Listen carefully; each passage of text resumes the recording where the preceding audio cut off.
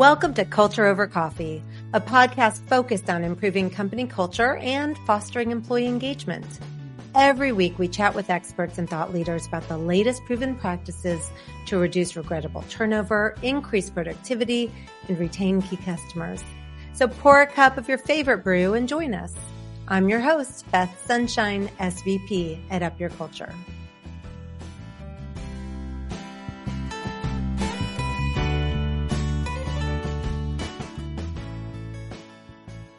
Feedback fuels growth, but most employees aren't getting enough of it. In this quick Culture Snapshot episode, I'm taking a few minutes to explore what data from Engage 2025, the company culture report, reveals about the frequency and quality of workplace feedback. Also, I'll be offering bits of actionable advice to help leaders make feedback a consistent, impactful habit.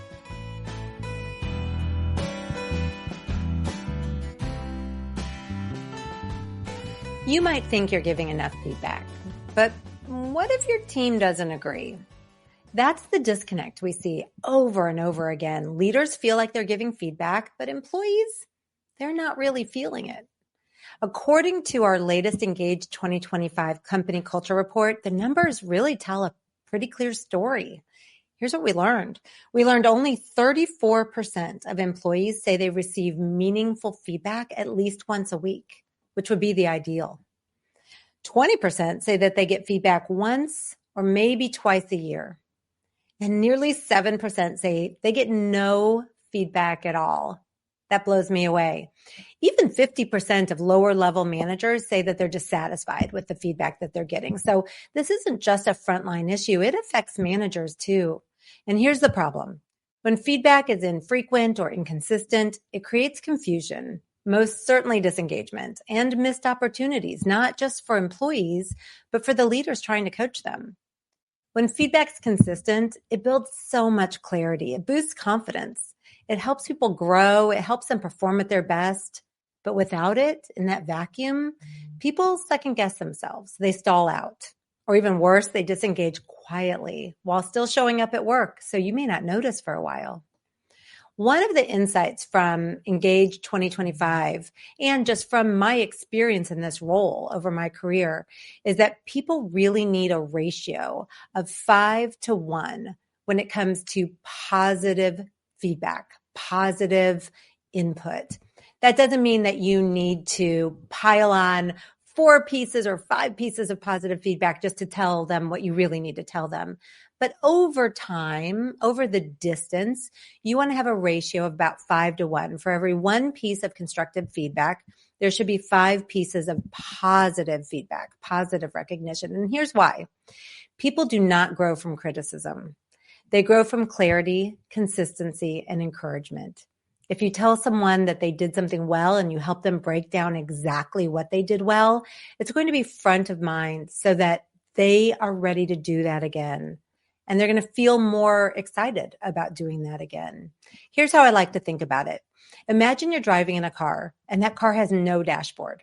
You have no speedometer. You have no gas gauge. You have no warning lights at all. You really have no idea how fast you're going or how much fuel you have to get there. You're just sort of driving on vibes.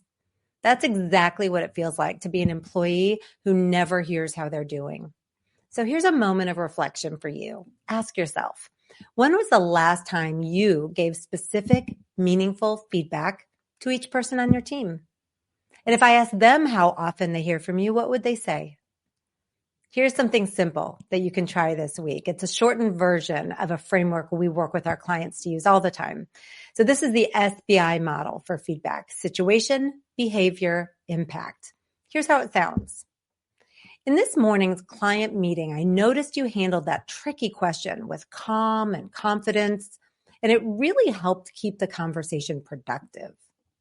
That's a great example of SBI because we talked about the situation in this morning's client meeting, and then we pointed to the behavior.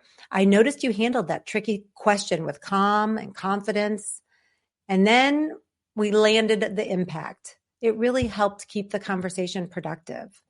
That is a great example of feedback. It only takes 30 seconds. You can set a calendar reminder. You could meet with each person on your team for 5 minutes of feedback. Have a touch point with each person every week.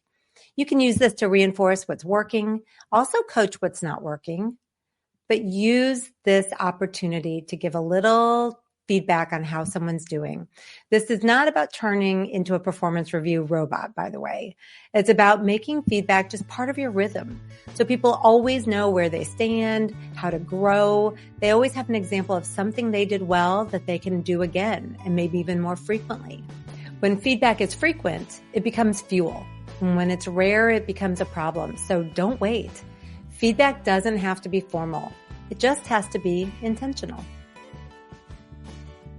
Thanks so much for spending time with us on Culture Over Coffee. If you enjoyed the conversation, be sure to subscribe and join us for every episode.